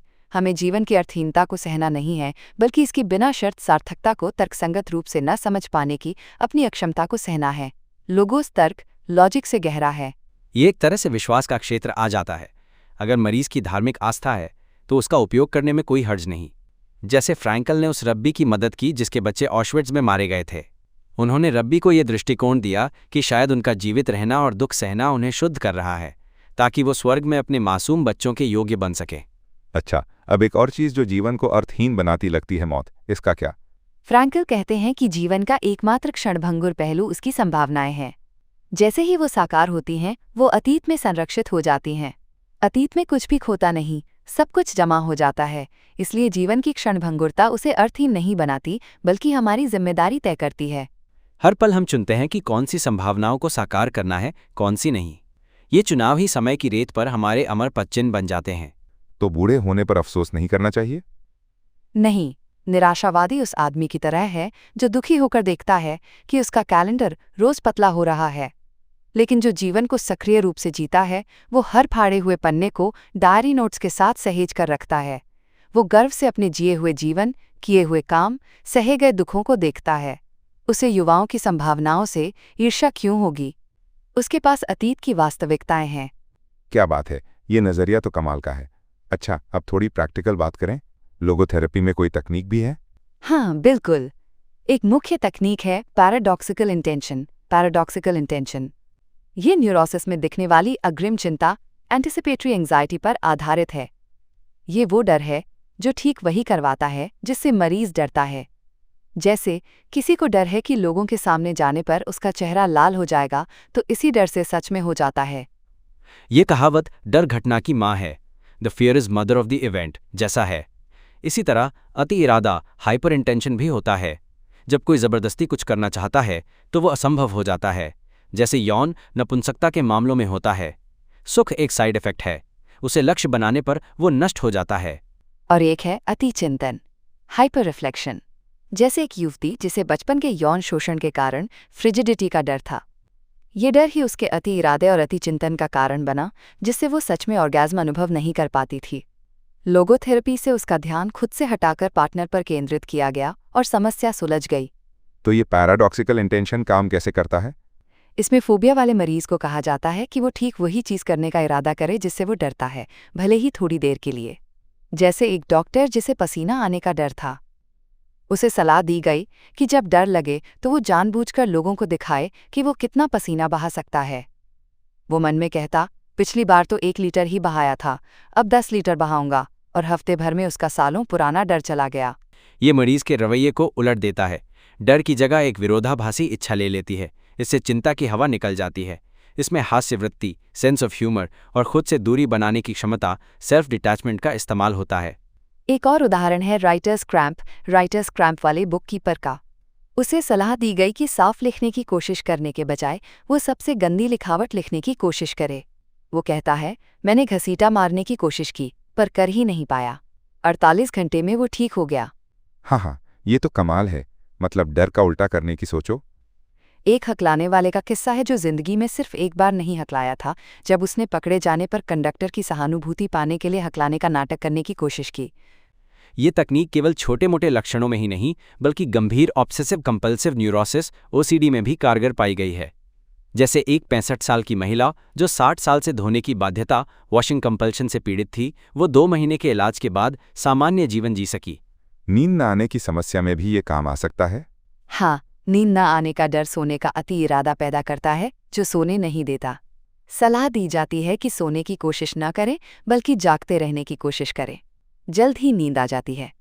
हालांकि ये कोई रामबाण इलाज नहीं है, पर ऑब्सेसिव कंपल्सिव और फोबिक स्थितियों में, खासकर जहां अग्रिम चिंता हो, ये बहुत उपयोगी है। और ये शॉर्ट टर्म थेरेपी है जिसके नतीजे स्थायी हो सकते हैं। अग्रिम चिंता का मुकाबला पैराडॉक्सिकल इंटेंशन से करना है। अति इरादे और अति चिंतन का मुकाबला डे-रिफ्लेक्शन से करना है, यानी ध्यान हटाना। और ध्यान तभी हटेगा जब मरीज अपने जीवन के विशिष्ट उद्देश्य और मिशन की ओर उन्मुख होगा। यानी फिर वही बात खुद से परे देखना, सेल्फ ट्रांसेंडेंस। बिल्कुल, इलाज का रास्ता यही है। फ्रैंकल सामूहिक न्यूरोसिस, कलेक्टिव न्यूरोसिस की भी बात करते हैं। क्या मतलब है इसका? उनका मानना है कि हर युग की अपनी सामूहिक न्यूरोसिस होती है। आज के युग की मास न्यूरोसिस है अस्तित्वगत शून्य, जो शून्यवाद नाइलिज्म का ही एक व्यक्तिगत रूप है। ये सोच कि जीवन का कोई अर्थ नहीं है। और उनका कहना है कि साइकोथेरेपी तभी इस स्थिति का सामना कर सकती है जब वो खुद समकालीन शून्यवादी दर्शन के प्रभाव से मुक्त रहे, वरना वो खुद इस मास न्यूरोसिस का लक्षण बन जाएगी, इलाज नहीं। ये शून्यवादी दर्शन क्या है? ये वो सोच है जो मानती है कि इंसान कुछ नहीं, बस नथिंग बटनेस, जैविक, मनोवैज्ञानिक और सामाजिक परिस्थितियों का परिणाम है या आनुवंशिकता और पर्यावरण का उत्पाद है। ये दृष्टिकोण इंसान की स्वतंत्रता को नकारता है। इसे फ्रैंकल पैन डिटर्मिनिज्म कहते हैं, ये मानना कि इंसान पूरी तरह से कंडीशन्ड और निर्धारित है, जबकि फ्रैंकल कहते हैं कि इंसान किसी भी परिस्थिति के प्रति अपना रुख चुनने के लिए स्वतंत्र है। इंसान आत्मनिर्धारक, सेल्फ डिटर्मिनिंग है। मतलब हम सिर्फ परिस्थितियों के गुलाम नहीं हैं? नहीं, इंसान बस मौजूद नहीं होता, वो हमेशा तय करता है कि उसका अस्तित्व क्या होगा, वो अगले पल क्या बनेगा। हर इंसान किसी भी पल बदलने की स्वतंत्रता रखता है, इसलिए व्यक्ति का भविष्य अनिवार्य रूप से अप्रत्याशित, अनप्रिडिक्टेबल है। फ्रैंकल डॉक्टर जे का उदाहरण देते हैं, जिसे स्टीनहॉफ का सामूहिक हत्यारा कहा जाता था, जिसने नाजी यूथेनेशिया प्रोग्राम में क्रूरता दिखाई थी। युद्ध के बाद वो रूसियों द्वारा कैद किया गया और बाद में मॉस्को की लुबियानका जेल में कैंसर से मर गया। लेकिन मरने से पहले वो वहाँ सबसे अच्छा साथी साबित हुआ, सबको सांत्वना देता था, उच्चतम नैतिक स्तर पर जिया। अविश्वसनीय। मतलब कोई कितना भी बुरा हो, बदल सकता है। इंसान में दोनों संभावनाएं होती हैं, संत बनने की भी और जानवर जैसा व्यवहार करने की भी। कौन सी साकार होती है, ये परिस्थितियों पर नहीं, निर्णयों पर निर्भर करता है। और आज़ादी ही सब कुछ नहीं है? नहीं, आज़ादी कहानी का सिर्फ एक हिस्सा है, आधा सच। दूसरा पहलू है जिम्मेदारी। जिम्मेदारी के बिना आज़ादी सिर्फ मनमानी बनकर रह जाती है। इसीलिए फ्रैंकल मजाक में कहते हैं कि ईस्ट कोस्ट पर स्टैच्यू ऑफ लिबर्टी के साथ वेस्ट कोस्ट पर स्टैच्यू ऑफ रिस्पॉन्सिबिलिटी भी होनी चाहिए। ये बढ़िया सुझाव है। तो अंत में एक मनोचिकित्सक का विश्वास क्या होना चाहिए? फ्रैंकल का साइकियाट्रिक क्रेडो है कि कोई भी चीज़ इंसान को इतना कंडीशन नहीं कर सकती कि उसकी सारी स्वतंत्रता छिन जाए। न्यूरोटिक या साइकोटिक मामलों में भी स्वतंत्रता का कुछ अंश बाकी रहता है। मरीज का अंतरतम व्यक्तित्व साइकोसिस से भी अछूता रहता है। एक लाइलाज साइकोटिक व्यक्ति अपनी उपयोगिता खो सकता है, लेकिन इंसान होने की गरिमा बनाए रखता है। अगर मरीज इससे ज्यादा कुछ नहीं होता तो यूथनेशिया उचित होता, लेकिन वो मशीन से बढ़कर है। मनोचिकित्सा को सिर्फ एक तकनीक और इंसान को सिर्फ एक मशीन समझने का सपना अब खत्म हो रहा है। अब एक मानवीय मनोचिकित्सा, ह्यूमनाइज्ड साइकाइट्री की जरूरत है, जो बीमारी के पीछे इंसान को देखे। वाह, क्या गहरी और उम्मीद जगाने वाली बातें हैं। ये सच में सोचने पर मजबूर करती हैं कि हम अपने जीवन को कैसे देखते हैं और कैसे जी सकते हैं। प्रिया अर्जुन, बहुत बहुत शुक्रिया इस अद्भुत चर्चा के लिए। मजा आया विवेक। हमेशा की तरह बेहतरीन बातचीत। और दोस्तों, इस गहरी बातचीत के बीच एक छोटी सी बात हमारे आज के स्पॉन्सर के बारे में। जैसा कि हमने बात की कि जीवन में अर्थ खोजना कितना ज़रूरी है, और कई बार ये अर्थ हमें अपने काम, अपनी क्रिएटिविटी में मिलता है।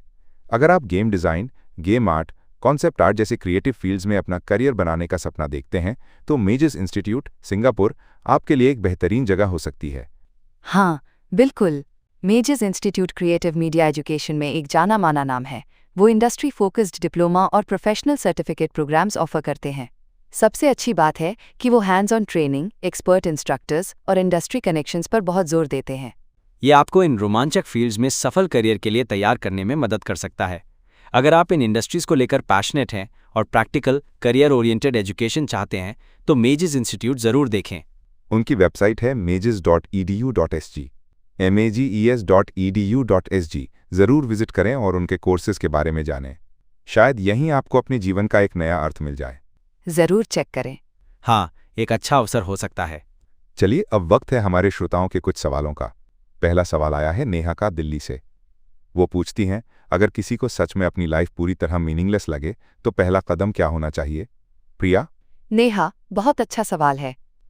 फ्रैंकल के अनुसार पहला कदम शायद ये स्वीकार करना हो सकता है कि अर्थ की खोज एक स्वाभाविक मानवीय इच्छा है। फिर उन 3 रास्तों पर गौर करें जिनकी हमने बात की। क्या कोई ऐसा काम है जो आप कर सकते हैं? क्या कोई ऐसा अनुभव है जो आप कर सकते हैं? या कोई ऐसा व्यक्ति है जिससे आप जुड़ सकते हैं? या अगर कोई दुख है जिसे टाला नहीं जा सकता, तो क्या आप उसके प्रति अपना नज़रिया बदल सकते हैं? छोटे कदम उठाएं। किसी शौक को फिर से शुरू करें, किसी दोस्त से मिलें, प्रकृति में समय बिताएं और ज़रूरत महसूस हो तो पेशेवर मदद लेने में संकोच ना करें। बहुत बढ़िया। अगला सवाल है रोहन का मुंबई से। क्या लोगोथेरेपी सिर्फ डिप्रेशन या न्यूरोसिस के लिए है या सामान्य लोग भी इसका इस्तेमाल कर सकते हैं? अर्जुन, आप क्या कहेंगे? रोहन, ये एक बेहतरीन सवाल है। लोगोथेरेपी निश्चित रूप से क्लिनिकल मामलों में उपयोगी है, लेकिन इसके सिद्धांत हर किसी के लिए प्रासंगिक हैं। जीवन में अर्थ खोजना, जिम्मेदारी लेना, आत्मोत्कृष्टता का अभ्यास करना, ये सब मानसिक स्वास्थ्य और एक भरपूर जीवन जीने के लिए ज़रूरी हैं, चाहे आपको कोई मानसिक समस्या हो या ना हो।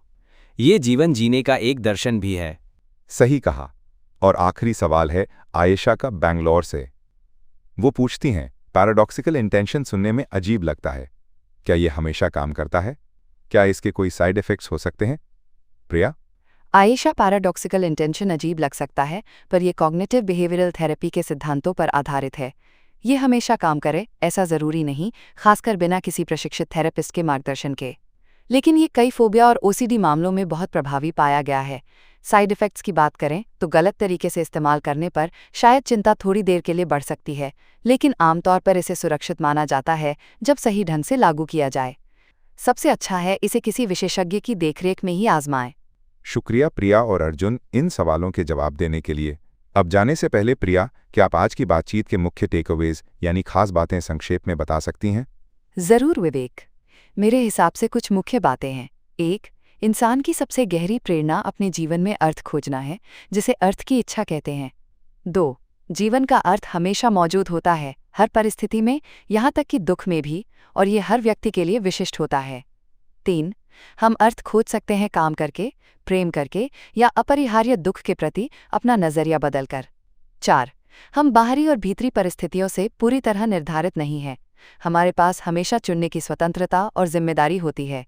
और 5. मानसिक स्वास्थ्य के लिए तनाव रहित होना नहीं, बल्कि एक सार्थक लक्ष्य के लिए प्रयास करना जरूरी है।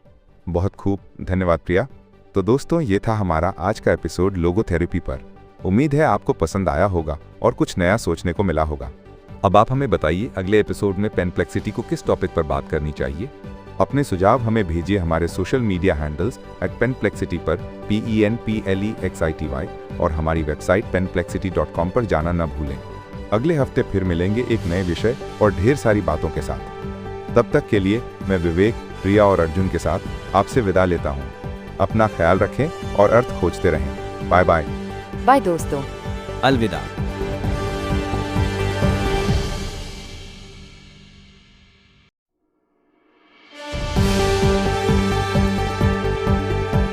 नमस्कार, आदाब, साता श्री अकाला, और आप सुन रहे हैं पेनप्लेक्सिटी, वो पॉडकास्ट जहां हम उलझे हुए विचारों को सुलझाने की कोशिश करते हैं, एक कप चाय और ढेर सारी बातों के साथ। मैं हूं आपका होस्ट विवेक। आज हमारे साथ हैं दो बहुत ही खास मेहमान, हमारी अपनी ज्ञान की देवी, जिनकी बातों में जिंदगी का रस है, प्रिया। स्वागत है प्रिया। नमस्ते विवेक, और सभी सुनने वालों को मेरा प्यार। हमेशा की तरह यहाँ आकर बहुत अच्छा लग रहा है। और हमारे तेज तर्रार वैज्ञानिक दोस्त जो हर चीज को अपनी विटी लेंस से देखते हैं, अर्जुन। वेलकम अर्जुन। शुक्रिया विवेक। देखते हैं आज विचारों के किस एटम को स्मैश करना है। नमस्ते प्रिया, नमस्ते दोस्तों। हाँ, बिल्कुल। तो दोस्तों, आज का हमारा विषय थोड़ा गहरा है, लेकिन उतना ही जरूरी भी। हम बात करने वाले हैं विक्टर फ्रैंकल की किताब मैन सर्च फॉर मीनिंग के एक हिस्से पर आधारित कॉन्सेप्ट ट्रैजिक ऑप्टिमिज्म, या कहें तो दुखद आशावाद की। मतलब मुश्किल हालात में भी जीने का जज्बा, जीने का मतलब कैसे ढूंढा जाए। बिल्कुल विवेक। ट्रैजिक ऑप्टिमिज्म का मतलब है कि जीवन की ट्रैजिक ट्राइड, यानी 3 दुखद सच्चाइयों, दर्द, अपराध बोध, गिल्ट और मृत्यु के बावजूद आशावादी बने रहना। फ्रैंकल पूछते हैं कि इन सब के बावजूद जीवन को हाँ कैसे कहा जा सकता है, कैसे जीवन अपने संभावित अर्थ को बनाए रख सकता है। वाह, मतलब life is tough but so are you वाला मामला। हाँ, कुछ वैसा ही। ये मानता है कि जीवन किसी भी परिस्थिति में, चाहे वो कितनी भी दयनीय क्यों न हो, संभावित रूप से सार्थक है। और ये इस बात पर निर्भर करता है कि इंसान जीवन के नकारात्मक पहलुओं को सकारात्मक या रचनात्मक चीज में बदलने की क्षमता रखता है या नहीं। मतलब किसी भी दी गई स्थिति का सर्वश्रेष्ठ उपयोग करना। सर्वश्रेष्ठ को लैटिन में ऑप्टिमम कहते हैं, इसीलिए फ्रैंकल इसे ट्रैजिक ऑप्टिमिज्म कहते हैं, त्रासदी के सामने आशावाद। ये दिलचस्प है प्रिया, लेकिन क्या आशावाद कोई ऐसी चीज है जिसे हम आदेश दे सकते हैं? मतलब क्या हम खुद को मजबूर कर सकते हैं कि चलो आशावादी बनो, खासकर जब सब कुछ खिलाफ जा रहा हो? ये कुछ वैसा ही है जैसे अमेरिकन कल्चर में बार बार कहा जाता है खुश रहो, पर क्या खुशी को ऐसे पीछा करके पाया जा सकता है? बहुत सही सवाल अर्जुन। फ्रैंकल भी यही कहते हैं। आशावाद को आदेशित नहीं किया जा सकता, न ही विश्वास या प्रेम को। खुशी का पीछा नहीं किया जा सकता, वो तो बस घटित होती है, इंस्यू होती है। उसके लिए एक कारण होना चाहिए, कारण मिलते ही आप अपने आप खुश हो जाते हैं। इंसान खुशी का पीछा नहीं करता, बल्कि खुश होने का कारण ढूंढता है। ये तो बिल्कुल वैसा है जैसे किसी को हंसाने के लिए चुटकुला सुनाना पड़ता है। आप बस किसी को हंसो हंसो कहकर असली हंसी नहीं दिला सकते। कैमरे के सामने चीज बोलने जैसा, जहां बाद में फोटो में नकली मुस्कान जम जाती है। फ्रैंकल इसे हाइपर इंटेंशन कहते हैं, है ना? जब आप किसी चीज को बहुत ज्यादा सीधे सीधे पाने की कोशिश करते हैं तो वो और दूर हो जाती है।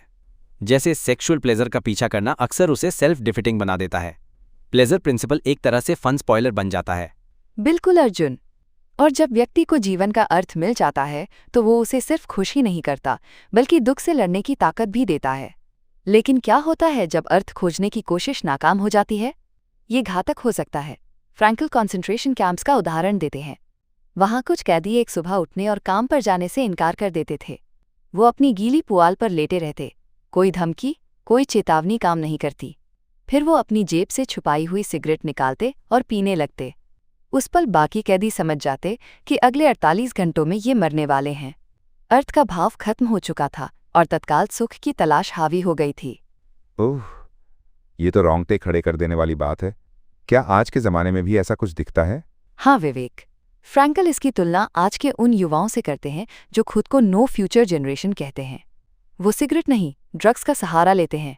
ये एक बड़े पैमाने की घटना का हिस्सा है, अर्थहीनता का एहसास, जो हमारी औद्योगिक समाजों में आम हो गया है। लोगों के पास जीने के लिए साधन तो हैं, पर जीने का कोई मकसद नहीं है। और इसके आंकड़े भी हैं। स्टैनफोर्ड यूनिवर्सिटी के इरविन यालोम ने पाया कि उनके 40 मरीजों में से 12-30% की मुख्य समस्या जीवन के अर्थ से जुड़ी थी। वियना में भी लगभग 29% लोग जीवन में अर्थ की कमी की शिकायत करते हैं। और ये सिर्फ मानसिक स्थिति नहीं है। फ्रैंकल ने बेरोजगारी न्यूरोसिस पर भी स्टडी की थी। उन्होंने पाया कि जब लोग बेरोजगार होने को बेकार होने और बेकार होने को अर्थहीन जीवन जीने के बराबर मान लेते हैं तो वे डिप्रेशन में चले जाते हैं।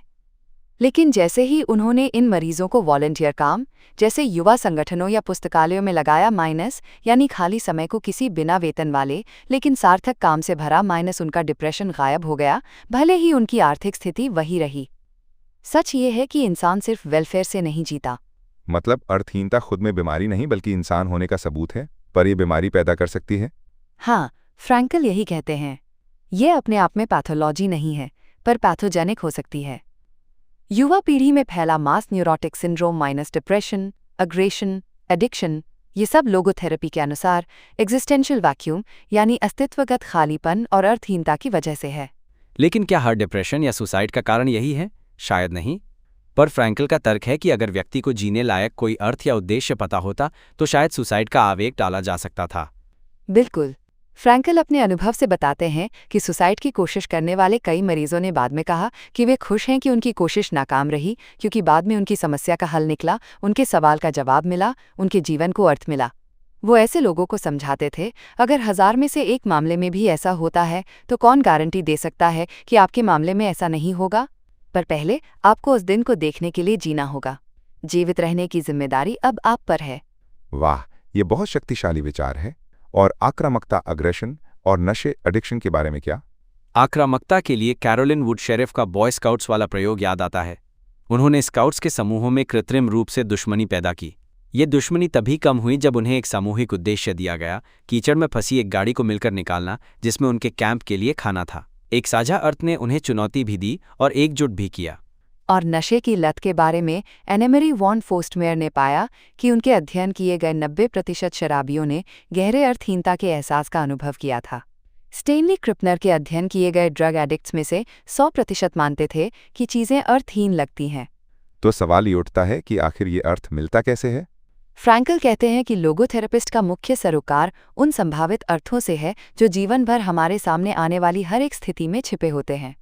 पूरे जीवन के अर्थ पर बाद में बात करेंगे। पहले हर स्थिति के अर्थ को समझना जरूरी है। जैसे एक फिल्म हजारों तस्वीरों से बनी होती है, हर तस्वीर का अपना मतलब होता है, पर पूरी फिल्म का मतलब आखिरी सीन के बाद ही पता चलता है। जीवन भी ऐसा ही है। अंतिम अर्थ शायद मृत्यु के कगार पर ही प्रकट होता है। तो ये अर्थ हवा में नहीं तैरता, ये ज़मीनी है। फ्रैंकल इसे कैसे परिभाषित करते हैं? वो कहते हैं कि किसी स्थिति के व्यक्तिगत अर्थ को समझना रियलिटी के बैकग्राउंड में एक संभावना को देखना है। सरल शब्दों में ये जानना कि किसी दी गई स्थिति के बारे में क्या किया जा सकता है। इसे खोजने के तरीके। शार्लोट ब्यूलर कहती हैं कि हमें उन लोगों के जीवन का अध्ययन करना चाहिए जिन्होंने जीवन के सवालों के जवाब ढूंढ लिए हैं। फ्रैंकल एक बायोलॉजिकल अप्रोच की भी बात करते हैं। वो कंसाइंस यानी अंतरात्मा को एक प्रॉम्प्टर मानते हैं जो हमें सही दिशा दिखाता है।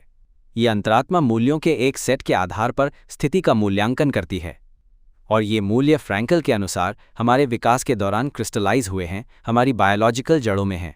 कोनराड लॉरेंज के बायोलॉजिकल ए प्रायरी जैसा कुछ। दिलचस्प। तो अर्थ पाने के रास्ते क्या हैं? फ्रैंकल 3 मुख्य रास्ते बताते हैं। पहला, कोई काम करके या कोई कर्म करके, creating a work or doing a deed. दूसरा, कुछ अनुभव करके या किसी से मिलकर, एक्सपीरियंसिंग समथिंग और एनकाउंटरिंग समवन, यानी प्यार में भी अर्थ मिल सकता है। एडिथ विस्कोफ जोएल्सन ने कहा था कि अनुभव करना भी उपलब्धि जितना ही मूल्यवान हो सकता है। ये हमारी बाहरी उपलब्धि पर अत्यधिक जोर देने वाली संस्कृति को संतुलित करता है। और तीसरा रास्ता सबसे महत्वपूर्ण बताया गया है।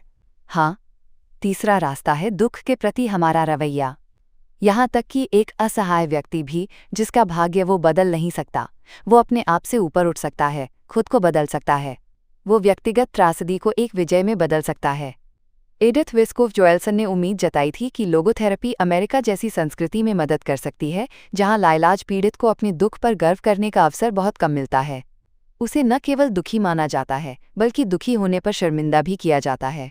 मतलब दुख को डिग्रेडिंग समझने के बजाय एनोबलिंग समझना। बिल्कुल। फ्रैंकल ने अपने अस्पताल के अनुभव से देखा कि मरीज अपनी मुश्किलों को मानवीय उपलब्धियों में बदल सकते हैं। वियतनाम युद्ध के कैदियों पर हुए शोध ने भी दिखाया कि कई कैदियों ने कैद को, जिसमें यातना, बीमारी, कुपोषण सब था, एक ग्रोथ एक्सपीरियंस माना। जेरी लॉन्ग का उदाहरण है, जो गर्दन के नीचे से पैरालाइज्ड होने के बावजूद कहते हैं, मैंने अपनी गर्दन तोड़ी, उसने मुझे नहीं तोड़ा। मेरा मानना है कि मेरी विकलांगता दूसरों की मदद करने की मेरी क्षमता को बढ़ाएगी। लेकिन क्या इसका मतलब ये है कि अर्थ खोजने के लिए दुख जरूरी है? नहीं, बिल्कुल नहीं। फ्रैंकल जोर देते हैं कि अर्थ दुख के बावजूद, बल्कि दुख के माध्यम से भी उपलब्ध है, बशर्ते दुख अपरिहार्य, अनअवॉइडेबल हो। अगर इसे टाला जा सकता है तो इसका कारण हटाना ही सार्थक काम है। अनावश्यक दुख मैसोकिस्टिक है, हीरोइक नहीं।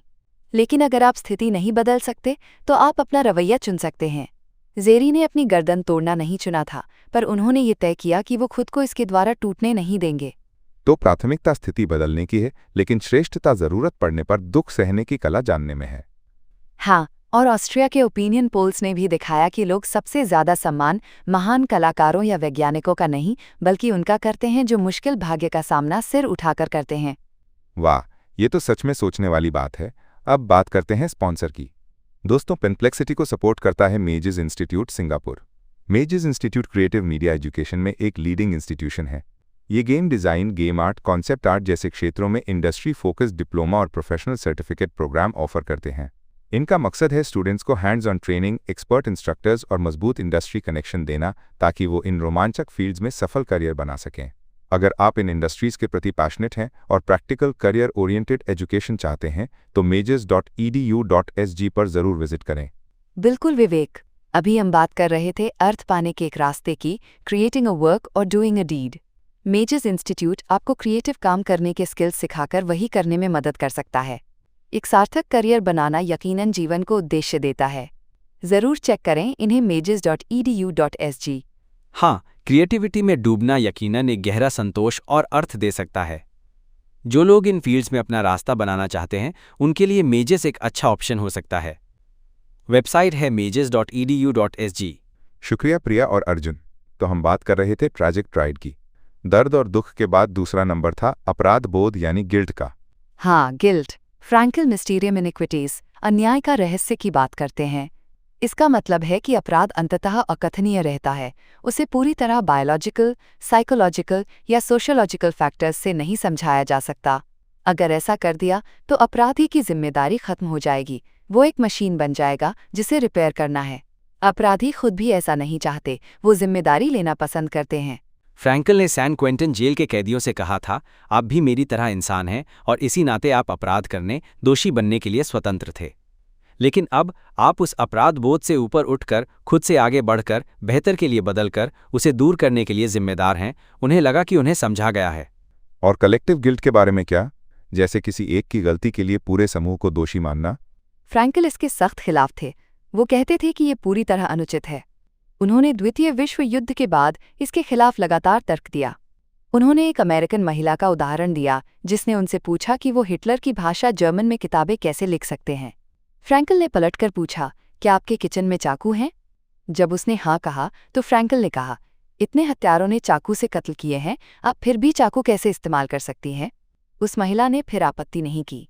हाँ, क्या बात है, पॉइंट टेकन। और तीसरा पहलू, मृत्यु। मृत्यु जीवन का हर पल मर रहा है और वो पल कभी वापस नहीं आएगा। लेकिन क्या ये क्षणभंगुरता, ट्रांजिटोरीनेस हमें चुनौती नहीं देती कि हम अपने जीवन के हर पल का सर्वोत्तम उपयोग करें? फ्रैंकल का आदेश है, ऐसे जियो जैसे कि तुम दूसरी बार जी रहे हो और पहली बार तुमने उतनी ही गलत तरीके से काम किया था जितना अब करने वाले हो। ये क्षणभंगुरता अवसरों को प्रभावित करती है, लेकिन ये हमारे द्वारा साकार किए गए अर्थ को अतीत में सुरक्षित भी कर देती है। जैसे ही हम एक अवसर का उपयोग करते हैं, एक संभावित अर्थ को साकार करते हैं, हम उसे हमेशा के लिए अतीत में सहेज लेते हैं। अतीत में कुछ भी खोता नहीं, सब कुछ सुरक्षित रूप से जमा हो जाता है। लोग अक्सर क्षणभंगुरता के खाली खेत देखते हैं, लेकिन अतीत के भरे हुए खलिहानों को भूल जाते हैं, किए गए काम, प्यार किए गए लोग और सबसे बढ़कर साहस और गरिमा के साथ सहे गए दुख। इसलिए बूढ़े लोगों पर दया करने का कोई कारण नहीं है। युवाओं को उनसे ईर्ष्या करनी चाहिए। उनके पास भविष्य में संभावनाएं नहीं हैं, पर उनके पास अतीत में वास्तविकताएं हैं जो उन्होंने हासिल किया, जो अर्थ उन्होंने पूरा किया, जो मूल्य उन्होंने साकार किए। इन्हें कोई छीन नहीं सकता। ये तो बहुत ही पॉजिटिव नजरिया है उम्र को देखने का। तो इसका मतलब है कि जीवन का अर्थ और हर व्यक्ति का मूल्य अनकंडीशनल है। बिल्कुल। जैसे जीवन किसी भी स्थिति में संभावित रूप से सार्थक रहता है, वैसे ही हर व्यक्ति का मूल्य उसके साथ रहता है। ये उसके अतीत में साकार किए गए मूल्यों पर आधारित है, न कि वर्तमान उपयोगिता पर। आज का समाज अचीवमेंट ओरिएंटेड है। वो सफल, खुश और युवा लोगों की पूजा करता है। वो दूसरों के मूल्य को नज़रअंदाज करता है। ये गरिमा, डिग्निटी और उपयोगिता, यूजफुलनेस के बीच के अंतर को धुंधला कर देता है। और अगर कोई मानता है कि व्यक्ति का मूल्य केवल उसकी वर्तमान उपयोगिता से आता है, तो ये सोच हिटलर के यूथेनेशिया प्रोग्राम, दया मृत्यु की वकालत करने से बस एक कदम दूर है। उन सभी को मारना जिन्होंने अपनी सामाजिक उपयोगिता खो दी है, चाहे बुढ़ापे, लाइलाज बीमारी या किसी अन्य अक्षमता के कारण। ये कन्फ्यूजन समकालीन नाइलिज्म या शून्यवाद से आता है, जो कहता है कि सब कुछ अर्थहीन है। जॉर्ज सार्जेंट ने सीखी हुई अर्थहीनता, लर्न्ड मीनिंगलेसनेस का कॉन्सेप्ट दिया। उन्हें एक थेरेपिस्ट ने कहा था, दुनिया एक मजाक है, कोई न्याय नहीं है, सब कुछ रैंडम है। जब तुम ये समझोगे तभी जानोगे कि खुद को गंभीरता से लेना कितना मूर्खतापूर्ण है। तो थेरेपिस्ट का काम नाइलिज्म से बचाना होना चाहिए, ना कि उसे सिखाना। हाँ, लोगोथेरेपी जीवन के दर्शन के प्रति वफादार रहने पर जोर देती है।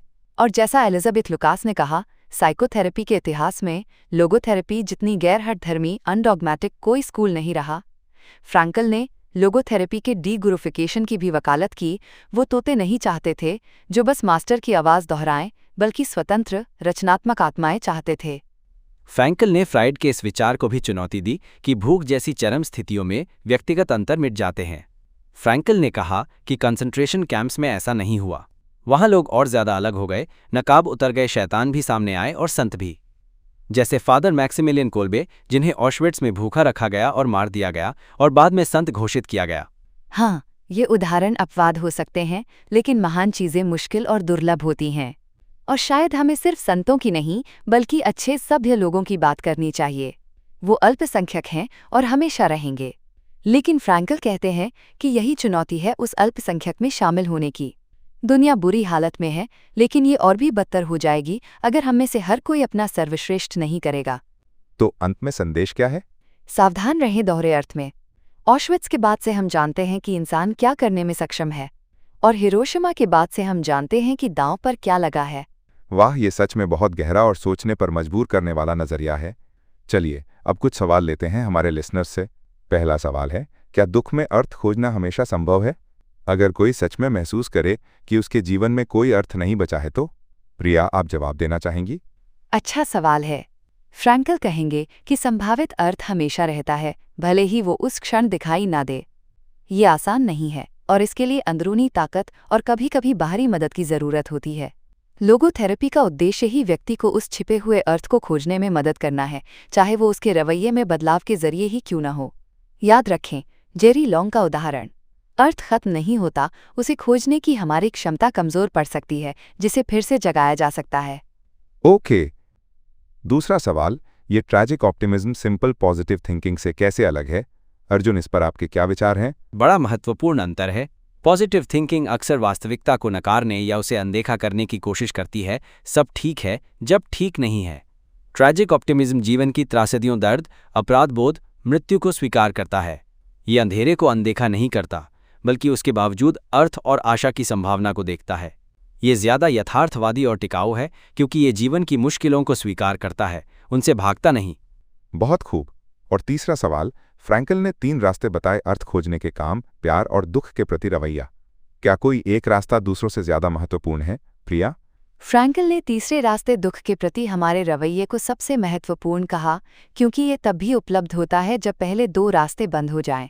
जब आप काम नहीं कर सकते, प्यार का अनुभव नहीं कर सकते, तब भी आप ये चुन सकते हैं कि आप अपरिहार्य दुख का सामना कैसे करेंगे।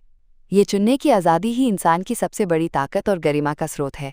हालांकि तीनों रास्ते अपने अपने समय और संदर्भ में महत्वपूर्ण हैं। बहुत बढ़िया जवाब, शुक्रिया। तो प्रिया, क्या आप आज की चर्चा के मुख्य टेकअवेज को हमारे श्रोताओं के लिए संक्षेप में बता सकती हैं? जरूर विवेक। पहली बात, ट्रैजिक ऑप्टिमिज्म का मतलब है जीवन की मुश्किलों, दर्द, अपराध बोध, मृत्यु के बावजूद आशावादी रहना और अर्थ खोजना। दूसरी, खुशी या आशावाद को मजबूर नहीं किया जा सकता, ये अर्थ खोजने से अपने आप आते हैं। तीसरी, अर्थहीनता का एहसास, एग्जिस्टेंशियल वैक्यूम, आज एक बड़ी समस्या है, लेकिन ये बीमारी नहीं, इंसान होने का सबूत है, हालांकि ये समस्याओं को जन्म दे सकता है। चौथी, अर्थ 3 मुख्य तरीकों से पाया जा सकता है: काम करके, प्यार या अनुभव करके, और अपरिहार्य दुख के प्रति सही रवैया अपनाकर।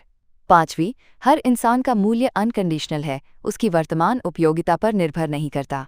और आखिर में जीवन की क्षणभंगुरता हमें हर पल का सर्वश्रेष्ठ उपयोग करने की चुनौती देती है, और हमारे द्वारा साकार किया गया अर्थ अतीत में सुरक्षित हो जाता है। बहुत बढ़िया सारांश प्रिया, शुक्रिया। तो दोस्तों, ये था हमारा आज का एपिसोड पेनप्लेक्सिटी पर। उम्मीद है आपको ट्रैजिक ऑप्टिमिज्म पर यह बातचीत पसंद आई होगी और इसने आपको सोचने पर मजबूर किया होगा। आप अगले एपिसोड में किस टॉपिक पर हमें उलझते और सुलझते हुए सुनना चाहेंगे? हमें ज़रूर बताएं। आप हमें फॉलो कर सकते हैं सोशल मीडिया पर @penplexity पर, और हमारी वेबसाइट है penplexity.com। अगली बार तक के लिए सोचते रहिए, सवाल पूछते रहिए और जीवन में अर्थ खोजते रहिए। मैं हूं विवेक, प्रिया और अर्जुन के साथ आपसे विदा लेता हूं। धन्यवाद और अलविदा।